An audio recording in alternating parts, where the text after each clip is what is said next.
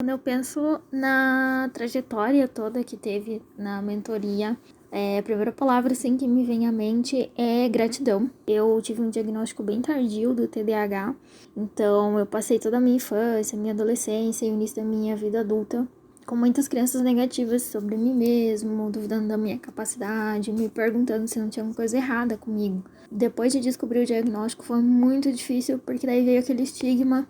Tipo assim, parecia que por eu ter o diagnóstico, eu também valesse menos ou algo do tipo.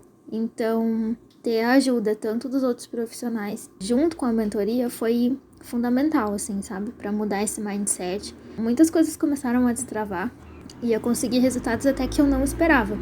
Recentemente eu tive um resultado muito positivo em um concurso, eu nunca tinha feito concurso, e eu não só consegui essa vaga, como também passei em primeiro lugar. Então, pra mim, foi uma dupla vitória, porque eu não imaginava nem ter o resultado e nem que eu fosse tão bem. Então, foram muitas mudanças mesmo, assim. Acabou impactando em outras coisas que eu nem imaginava quando eu encontrei a Ellen e a mentoria, né? Melhorou meu relacionamento com as outras pessoas, melhorou meu relacionamento comigo mesma, no ambiente de trabalho, melhorou meu relacionamento familiar. Ganhei qualidade de vida, uma rotina mais saudável, mais organizada e principalmente mudar esse mindset de que eu não sou menos do que ninguém, ou ninguém é mais do que eu, né? Que a gente tá sempre aqui pra aprender. Eu investi e eu recebi muito mais de volta do que eu esperava. Só gratidão por cada detalhe do processo e também pela extrema gentileza. A gentileza com que nossas dores são acolhidas e respeitadas, e a gente tem um ambiente muito legal para poder se desenvolver.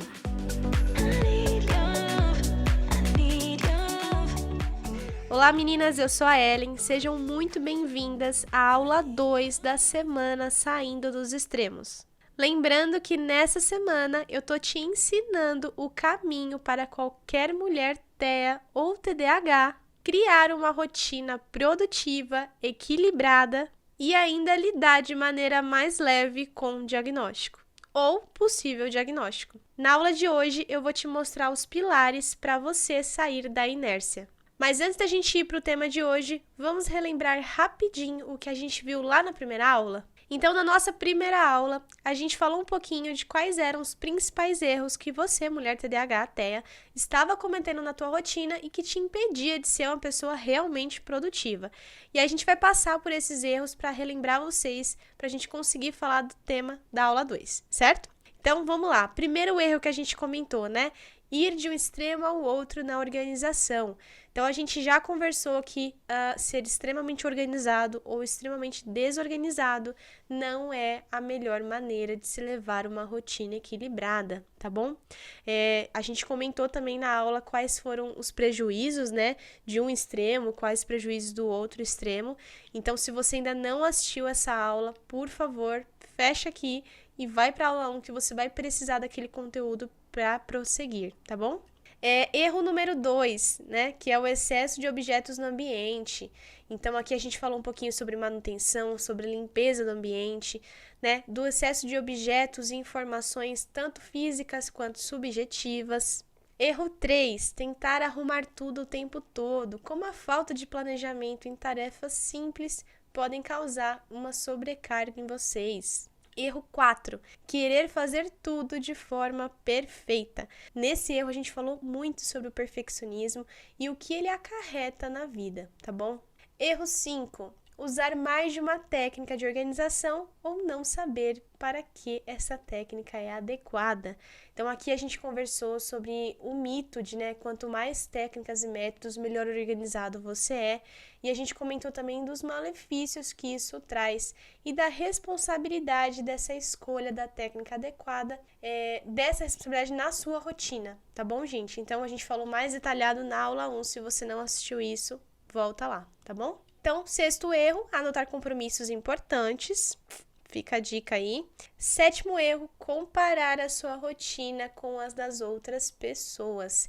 E aqui, gente, muito cuidado, né? Falei um pouquinho sobre inspiração, sobre modelagem, o que a gente tem que observar na rotina das outras pessoas e o que a gente não tem que observar. Falei também sobre adaptações e como a gente deve aplicar isso na realidade nossa, tá bom?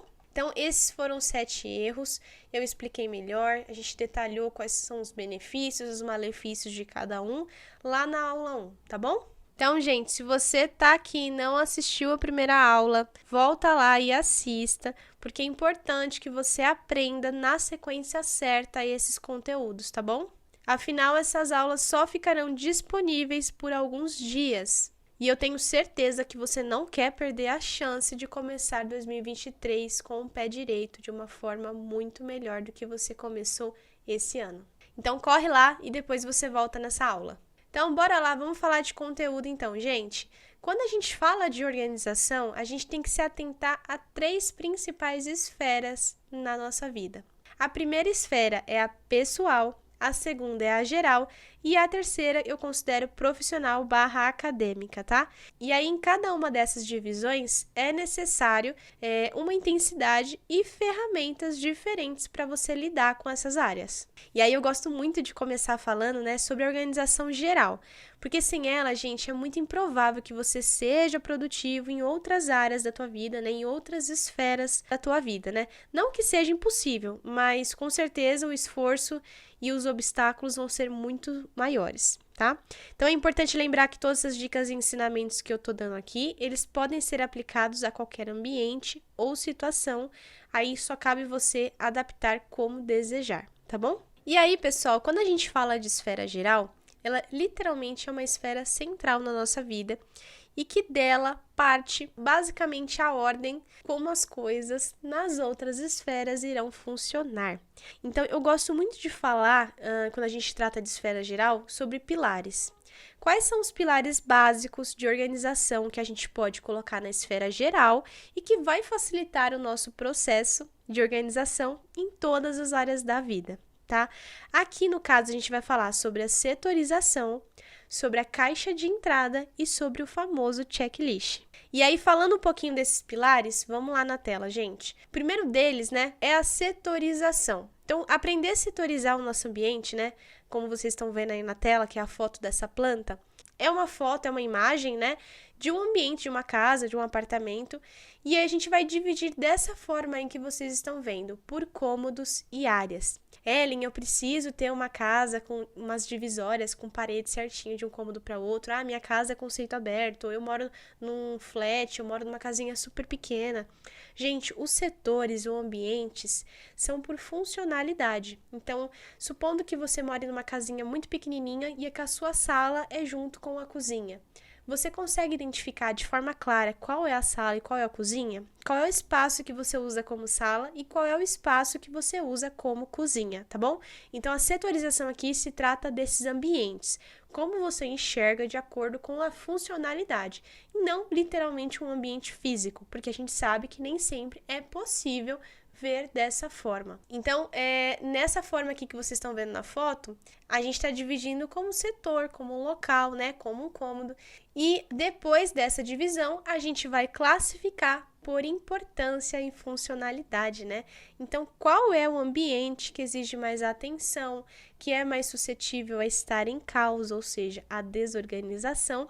E, por último, aprender a priorizar esse local de acordo com a sua rotina, com a sua realidade, com a sua semana. Então, trazendo um pouquinho para a minha realidade, eu trabalho com as mentorias, Trabalho com os alunos de pré-vestibular, com as alunas de organização, as meninas neurodivergentes, mas eu ainda tenho o meu trabalho no hospital, que foi o qual eu me formei, Então, eu trabalho no setor cirúrgico. E aí, dependendo da semana, eu tenho mais ou menos plantões. Então, as minhas rotinas semanais, elas mudam um pouquinho. Diferente de quem, por exemplo, trabalha integralmente de home office. Então, tem semanas que eu sei que eu vou almoçar, tomar café e jantar todos os dias no hospital. Então, naquela semana, minha cozinha praticamente vai ficar paradinha, quietinha. Eu não vou cozinhar em casa, não vou sujar essa cozinha. Então, aquele nível de prioridade daquele cômodo é um dos mais baixos que eu posso classificar dentro da minha casa. Agora, imagine só, semanas que eu dou muito plantão, eu volto muito cansada. Logo, o meu quarto tem que estar muito funcional, muito agradável, muito organizado, para que ele atenda às minhas necessidades quando eu chegar em casa depois de um plantão de 24 horas. Então, veja só, de acordo com a minha necessidade, com a minha demanda, eu vou classificar aquele ambiente naquela semana, tá bom? Eu faço isso de forma semanal porque a minha agenda no meu trabalho muda de forma semanal, mas dependendo da agenda do teu trabalho, da tua vida, da tua necessidade, pode mudar mensalmente ou trimestralmente, tá bom? Então essa técnica, gente, serve para você otimizar esse tempo, né? Principalmente nos processos de organização, de manutenção e de destralhe também, ou seja, retirar objetos que devem ser doados, vendidos ou jogados fora, tá?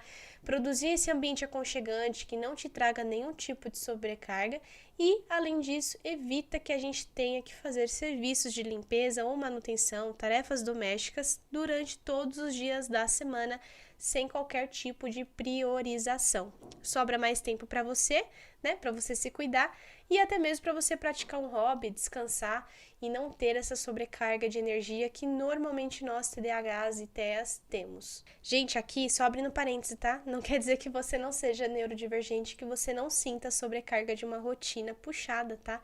Estou só apontando a questão energética aqui, porque acaba sendo muitas vezes um fator limitante para a gente cuidar do nosso ambiente. Então, primeiro pilar, setorização, tá bom, gente? Então, não depende de ambiente físico, a gente vai considerar basicamente a prioridade e a funcionalidade daquele ambiente. Segundo pilar, pessoal, a caixa de entrada. E eu amo esse pilar, porque foi uma das primeiras técnicas que eu apliquei e que funcionou comigo, né? Claro que o checklist também eu morro de amores, mas a caixa de entrada literalmente salvou a minha casa. E quando eu falo isso, gente, eu falo com propriedade, tá? É aprender a coletar e processar esses objetos ou informações ao entrar em casa. Ellen, como a gente faz isso? O que é isso? E aí eu vou até pegar uma aqui para vocês darem uma olhadinha, tá? Ó, claro que essa caixa aqui tá bem cheia, né? E vocês não estão vendo uma etiqueta. Mas o conceito da caixa de entrada é ser literalmente uma caixa no qual você consegue coletar objetos, sejam eles de qualquer natureza, para que você concentre essa desorganização, esse acúmulo de objetos em um único lugar, consiga restringir essa bagunça e aí, no momento oportuno, você pega essa caixa e você seleciona os objetos que vão ser descartados ou que você ainda não tem um destino final para eles e que provavelmente eles ficariam jogados em casa, tá? Então, eu usei essa daqui porque essa aqui é uma caixa de entrada do meu escritório, isso mesmo. Então, eu tenho uma na porta da minha sala. Então, tudo que entra dentro da minha casa, que não tem um destino correto e que eu não vou destinar naquele momento, entra e fica na caixa de entrada da sala. Essa aqui é do meu escritório, então muitas vezes quando eu volto das aulas, quando eu volto do hospital, das mentorias, e eu tiro alguma coisa do lugar e naquele momento eu não estou apta a guardar aquilo de maneira organizada, eu coloco aqui dentro. Então tem os objetos mais estranhos que vocês podem imaginar, né? Um modelo de cérebro, uma garrafinha que eu nem sei o que tá fazendo aqui, canetas, que principalmente na minha área a gente usa muito, né? As canetas coloridas. Então, enquanto eu não achar um destino adequado para essas coisas, vai ficar dentro da caixa. Ellen, isso aqui serve como acúmulo depósito? Não. Isso aqui, gente, é uma técnica de transição. Então, você precisa dar um fim, você precisa dar um destino para esses objetos. Então, agora eu te mostrei de forma lúdica como funciona essa caixa. E eu vou te contar como eu comecei a usar essa técnica e quais resultados eu tive com ela, tá bom? Geralmente, quando eu chegava da rua, gente, eu sempre espalhava chave, documento, conta de água, conta de luz, celular, tudo em cima da estante. E esse hábito veio da casa dos meus pais, quando eu morava com eles ainda. E eu confesso pra vocês que não é todas as vezes que a gente chega em casa que a gente tem energia e literalmente saco suficiente para pegar aqueles objetos, desfazer uma mochila, desfazer uma mala e dar o devido destino a todos eles. Então a caixa de entrada me ajudou a enxergar, a não perder e a processar, ou seja, dar esse destino adequado à maioria dos acúmulos que entravam na minha casa. Ellen, como é que você descobriu isso? Gente, durante a pandemia.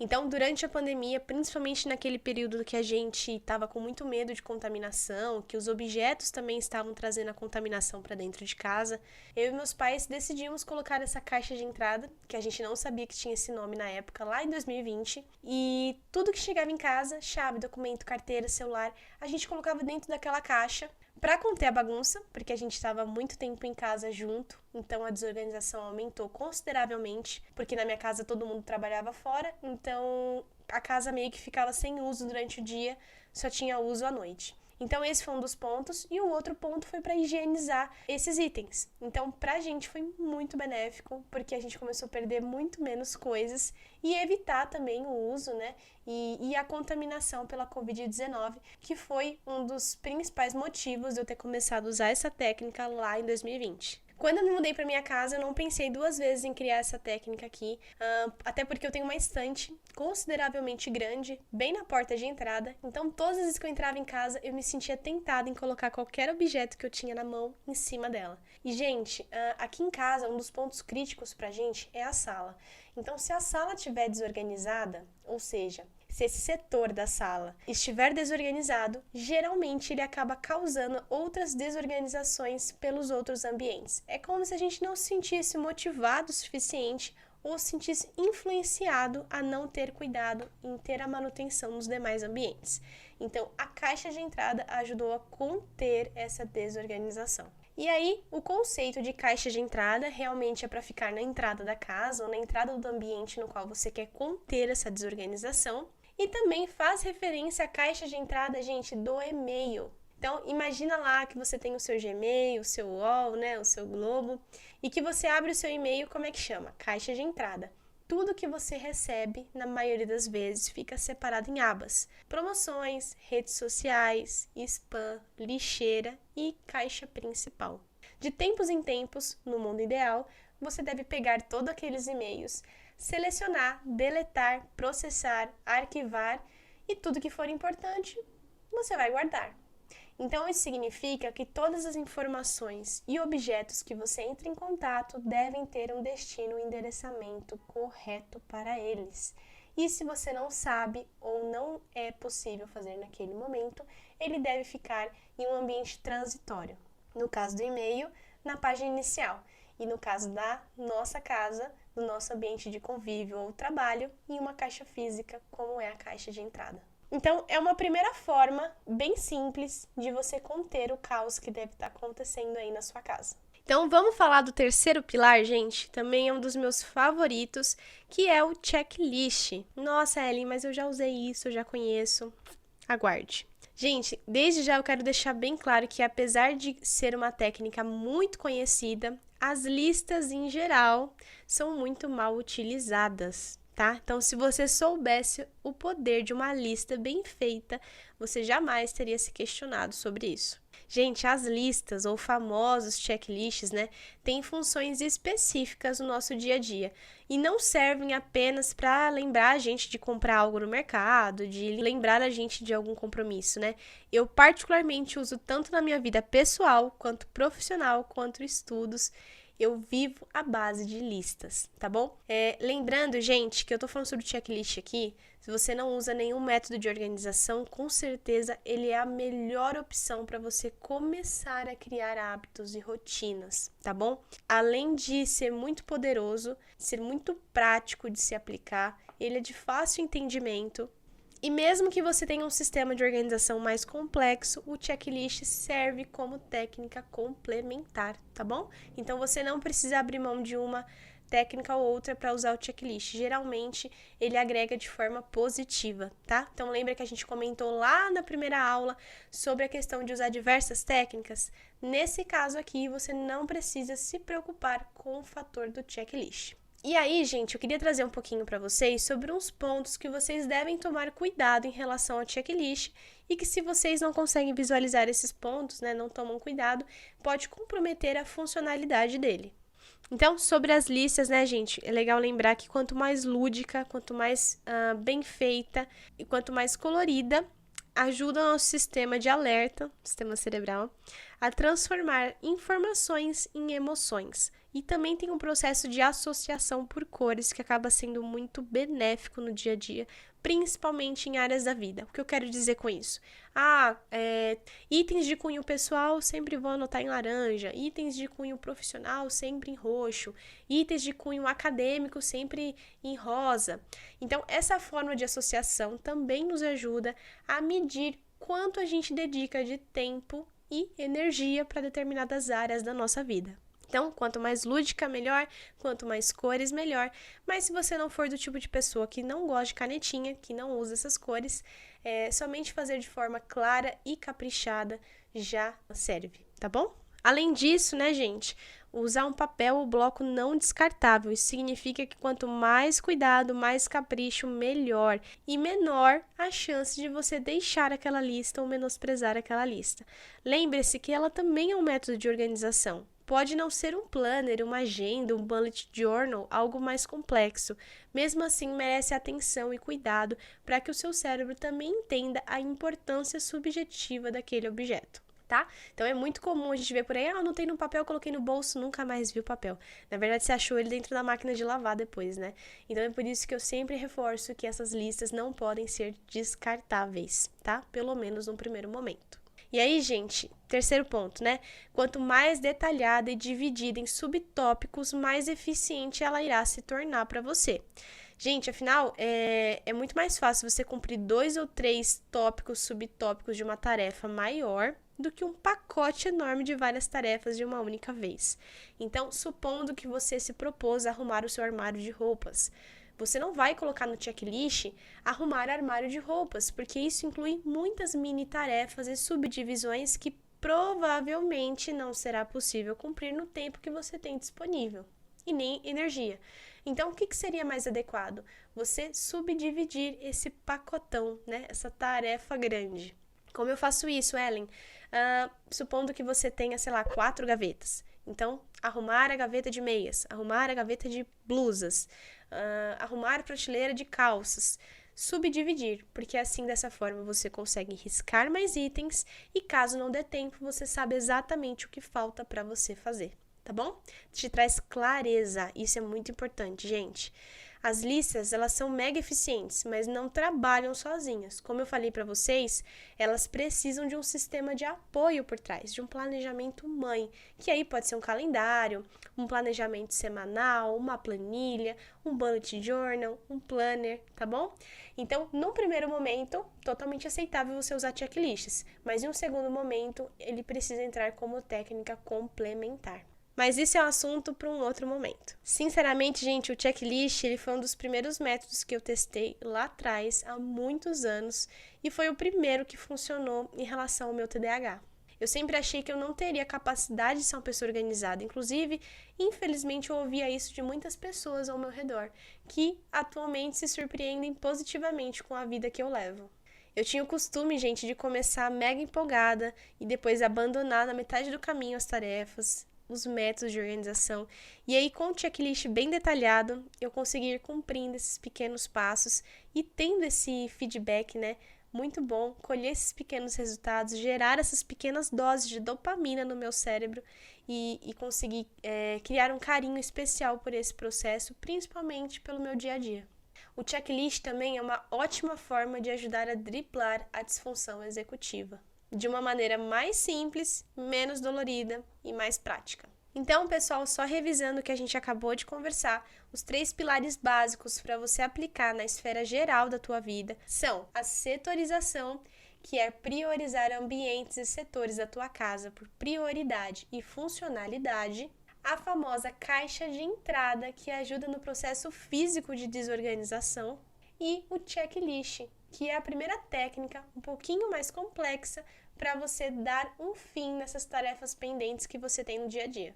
E agora que vocês já sabem os principais erros e os principais pilares que você pode aplicar na sua rotina, eu gostaria de trazer 3 estudos de caso de alunas minhas lá da mentoria. E aí a gente vai analisar junto esses casos. Nomes, idades, dados relevantes foram alterados para preservar a identidade da aluna, tá bom? E além disso, esses relatos foram devidamente autorizados, tá bom, pessoal? Então vamos lá, vamos falar do caso 1? É uma mulher de 26 anos, engenheira de materiais e voltou a prestar vestibular para uma possível mudança de carreira, tá bom? Então, ela não atua na área de formação dela e trabalha como empreendedora. Vamos lá, eu separei entre barreiras e problemas. E aqui, gente, essas barreiras podem ser barreiras criadas por ela, ou podem ser barreiras realmente que se aplicam à rotina dela de uma forma bem real, bem objetiva, e aí eu coloquei aqui só pra gente poder considerar no caso, tá bom? Então, quais são as principais barreiras dela? A falta de tempo e a falta de clareza. Problemas: falta de planejamento e imediatismo em relação ao TDAH e TAG. Então, ela é diagnosticada com transtorno de déficit de atenção e hiperatividade, e ela é diagnosticada com TAG, que é transtorno de ansiedade generalizada. E essa aluna aqui é muito curiosa, gente, que ela veio pra mim com um sonho, com muita desorganização, então ela estava querendo mudar de carreira. Se não me engano, ela estava prestando vestibular para uma área nada a ver da engenharia, acho que ela ia para a área da saúde. E ela trabalhava como empreendedora, ou seja, ela fazia os horários dela. Então, uma das principais dificuldades é que ela não tinha um planejamento que funcionava adequadamente. Ou seja, ela colocava muitos horários de estudo, muitos horários de trabalho, poucos horários de descanso, e ela se sentia constantemente cansada, sobrecarregada. E aí, o desempenho dos estudos era queda livre. Tá? Então, essa falta de planejamento, na verdade, não era nem a falta de planejamento, era um planejamento adequado. E o imediatismo, né?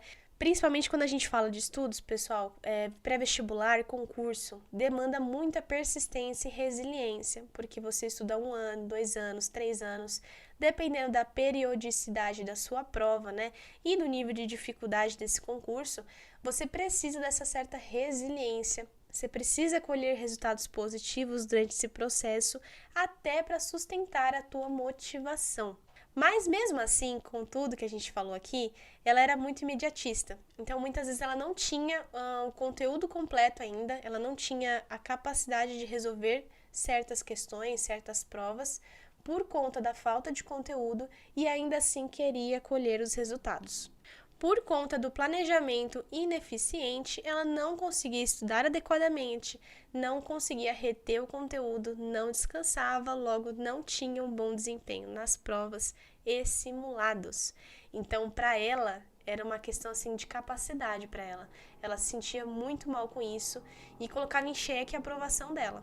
Então, o que a gente fez aqui?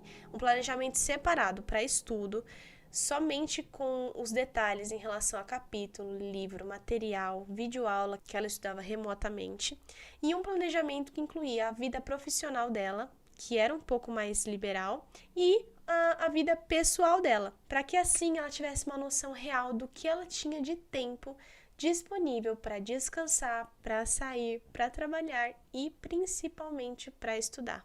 Então, quando a gente ajeitou isso, ela começou a ter um desempenho melhor e colher esses pequenos resultados que serviam para sustentar a motivação dela, principalmente nesse 1 ano de estudo.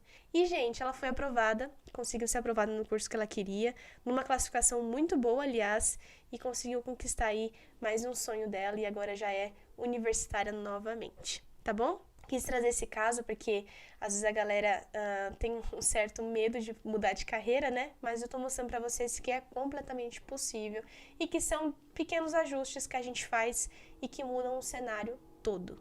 E aí, gente, vamos falar do caso 2, então? O cenário é um pouquinho diferente, mas tem alguns pontos legais que eu queria pontuar com vocês. É uma mulher de 40 anos que quer passar no concurso também, mas aqui é totalmente ligada à área profissional. E atualmente trabalha na área de ADM, ela estava bem feliz na área que ela estava trabalhando. E aí, as principais barreiras dela, né? Negatividade, ansiedade, sentimento de incapacidade também. Problemas: excesso de planejamento, muitos materiais em mãos, e o diagnóstico dela era autismo, né? TEA suporte 1, TDAH, TAG, que é o transtorno de ansiedade generalizado, para quem não está habituado a essas siglas. E eu não considero problema, tá, gente? E nem diagnóstico. Mas um fato muito importante aqui é que ela era extremamente perfeccionista. E aí, gente, olha só, né? Em relação ao caso 1, ela também vai prestar uma prova. No caso dela, esse concurso era a cada 2 anos ou 3. Era um concurso da carreira da polícia. E nesse momento aqui, ela tinha que lidar com a ansiedade do dia da prova, porque é um tempo muito grande, né? Mais de 1 ano, né? 2 anos, dependendo do estado que ela estava prestando. E ela tinha um sentimento de incapacidade porque ela não tinha foco. E aí, gente, uma coisa muito comum em alunos principalmente para concurso, é que eles têm uma imensidão de materiais. Juro para vocês, são coleções e coleções de apostilas. Geralmente, quando o aluno vai estudar, ele não sabe aonde pegar a parte teórica, ele não sabe qual exercício fazer.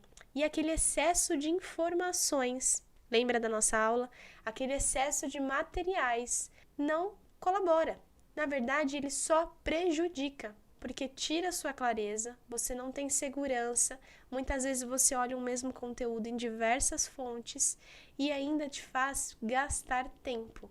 Um tempo precioso que você poderia estar praticando aquele conhecimento e não vasculhando materiais, tá? Então, parte desse sentimento de incapacidade dela era por conta do baixo desempenho, mas também pela falta de foco nesses materiais. E o excesso de planejamento. Ela basicamente anotava o horário que ela acordava, o horário que ela dormia, o horário que ela tomava banho, o horário que ela comia. E assim, gente, nada de errado com planejar. O problema é quando se torna um fardo. Uma coisa muito importante que eu costumo falar com as minhas alunas é que assim, gente, o planejamento, ele é ótimo, mas ele deve nos servir e não a gente servir ao planejamento. E a nossa vida acontece, a vida é real, a rotina é real em torno do planejamento. Existem dias que vocês vão estar mais cansadas, dias mais animadas, dias que você não vai querer fazer nada. E você tem que ter a chance de ter brechas nesse seu planejamento para sentir e viver esses momentos, né? Então, no caso dessa aluna, a gente concentrou todas as áreas da vida dela em um único planejamento, porque no caso dela funcionou muito bem, tá? E esses muitos materiais, a gente fez uma pré-seleção e hoje em dia ela usa um único conjunto de livros, né? Uma única metodologia e ela segue estudando, segue tendo resultados incríveis, já foi aprovada em um dos concursos, mas ela optou por continuar estudando, algo que a gente não imaginava algum tempo atrás, porque devido à ansiedade dela e à negatividade que ela tinha em relação ao processo, ela falava que ela ia para o primeiro que ela passasse. Então agora ela já teve maturidade e condição de tomar essa decisão, de esperar o que é melhor para ela. Tá, gente? Então, para mim foi um dos casos mais importantes, assim, significou muito para mim. Essas meninas aqui, elas não são só casos, elas são pessoas, assim, incríveis, com história de vidas incríveis e que eu pude acompanhar de perto. Então, não são só números, as minhas alunas são mais do que somente alunas, tá? Por isso eu quis trazer para vocês essas visões bem diferentes aí de vida, tá? Então, caso 3, vamos lá. Ai, gente, eu sou uma pessoa muito emocionada, isso é um problema. Caso 3, mulher de 31 anos, trabalha e cuida da casa e da família, tá bom? Barreiras, falta de tempo, dinheiro e motivação. Problemas, desorganização, falta de planejamento e consistência. Sem rotina, não diagnosticada. Nesse caso aqui, gente, ela tem um cenário um pouco diferente das demais meninas, porque ela trabalha, mas não almeja nada na vida profissional. E a questão dela em relação à família e à casa. Ela tem uma família relativamente numerosa. E a falta de tempo dela é em relação às tarefas domésticas. Ela não conseguia delegar, ela não conseguia uma certa organização para priorizar esses ambientes que a gente falou nessa aula. Com essa falta de organização, ela levava a vida dela daquela forma que a gente falou, né? A vibe deixa a vida me levar. E com isso, ela perdia motivação e também tinha problemas financeiros recorrentes, tá? Por não anotar os gastos, por sair gastando e comprando aquilo que ela achava que precisava e no fim ela tinha em casa. Então também tinha um problema também com o supermercado. Muitas vezes ela comprava produtos duplicados, triplicados e não precisava daquele produto naquele momento. Ela simplesmente não encontrava ele em casa e achava que tinha necessidade real de comprar. E aí os problemas nela, né? A desorganização, que é o que a gente tá pontuando mais, a falta de planejamento, então ela nunca tinha tido nenhuma agenda na vida, nunca tinha feito uma lista de compras, porque ela guardava tudo na cabeça. Então, além da sobrecarga, ela estava constantemente preocupada com essas questões menores e não tinha tempo de curtir o dia a dia dela, de cuidar da família da forma adequada, porque ela estava sempre maquinando essas ideias para não esquecer. E ela não tinha rotina nenhuma. E aí vocês podem perceber que nesse caso eu coloquei não diagnosticada, porque realmente ela não era diagnosticada. Após, né, esse estudo de caso, ela foi diagnosticada com ansiedade, mas que ela tinha problemas que são muito recorrentes como a gente, nós, mulheres TDAHs, autistas. Então, para quem está me assistindo e que não tem o diagnóstico, porém, enfrenta essas mesmas questões, gente, as dicas são válidas da mesma forma, tá bom? O que a gente fez aqui, né? Um planejamento físico, literalmente, enorme para ela deixar na porta da casa dela e em todos os ambientes, para que todos da família pudessem colaborar com essas tarefas. Além disso, a gente aprendeu a setorizar a casa dela, para que ela não tivesse que fazer essas tarefas domésticas todos os dias, em todo o tempo. E demos mais atenção para esse planejamento pessoal dela e financeiro. Resultado, gente, os filhos começaram a ajudar mais em casa, o marido. Essa colaboração aqui não vinha por falta de clareza e porque muitas vezes ela não pedia ajuda, porque ela não expunha como estava a rotina dela. Então, a partir do momento que a gente deixou claro para todo mundo que todos da casa deveriam colaborar com essas tarefas de maneiras diferentes, de acordo com as suas idades e demandas, tudo isso tornou a rotina dela muito mais leve. Em relação ao dinheiro, ela e o marido também se entenderam nesse ponto. A gente criou um planejamento pessoal e financeiro para que ela pudesse também ter clareza para onde ia aquele dinheiro que todo mês faltava, gente. Então, basicamente, foi um planejamento físico aqui para casa e um pessoal para ela e trouxe grandes avanços aí, a gente está trabalhando junto ainda, mas a relação dela com ela e com a rotina melhorou muito, muito mesmo. E eu fico mega feliz de trazer esses casos para vocês, não somente com o que elas conquistaram, né, mas com o diagnóstico, com as barreiras, para vocês verem que é totalmente possível conquistar essa rotina produtiva, equilibrada, dentro da tua realidade, tá bom? E, gente, quando eu falo isso, organizar é um autocuidado. É se autocuidar de uma maneira muito subjetiva, ainda mais quando a gente está falando de uma rotina de pessoa neurodivergente. E muitas vezes o nosso fator regulador está em passos muito pequenos. No meu caso, eu passei anos fazendo tratamento e acompanhamento para o TDAH e agora, recentemente, para o autismo, mas foi só com uma rotina adequada, adaptada, que as minhas crises diminuíram. Ellen, o que é crise? Crise de ansiedade, crise de pânico, crise de sobrecarga sensorial, que é muito comum no caso dos autistas. O meu desempenho no trabalho e nos estudos também melhorou muito, e eu posso dizer que eu me sinto mais livre e menos cansada. Menos preocupada porque eu sei exatamente o que eu vou fazer no dia seguinte, eu sei onde estão as minhas coisas, eu tenho previsibilidade e antecipação na minha rotina e, consequentemente, com tudo isso, eu tenho mais qualidade de vida. Eu finalmente entendi que eu não preciso funcionar igual as pessoas neurotípicas funcionam. Eu só preciso viver do jeito que eu me sinto bem, regulada, produtiva e principalmente feliz. Afinal, uma frase que eu gosto muito, gente, que explica muito de como eu levo a minha vida, é essa: quem tem método tem sucesso, e quem tem argumento geralmente tem fracasso. E a palavra aqui, argumento, significa desculpas. Desculpas para não querer fazer mudanças com medo de não dar certo.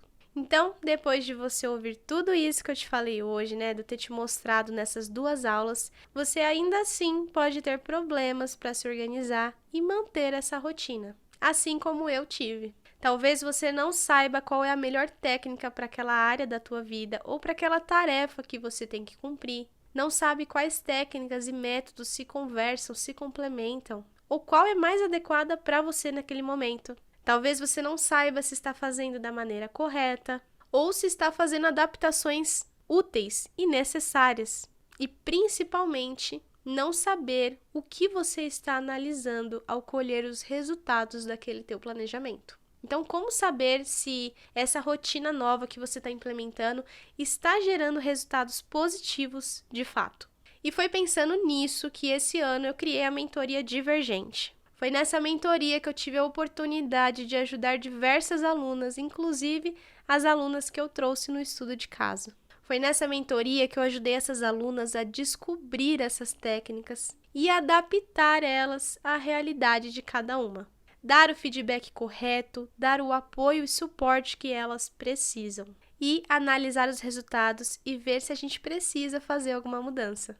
Nesse momento, as vagas da mentoria Divergente estão fechadas. Mas se você quer dar um passo além, na próxima aula, no sábado, eu vou te mostrar em detalhes como vai funcionar as inscrições para a próxima turma e última desse ano.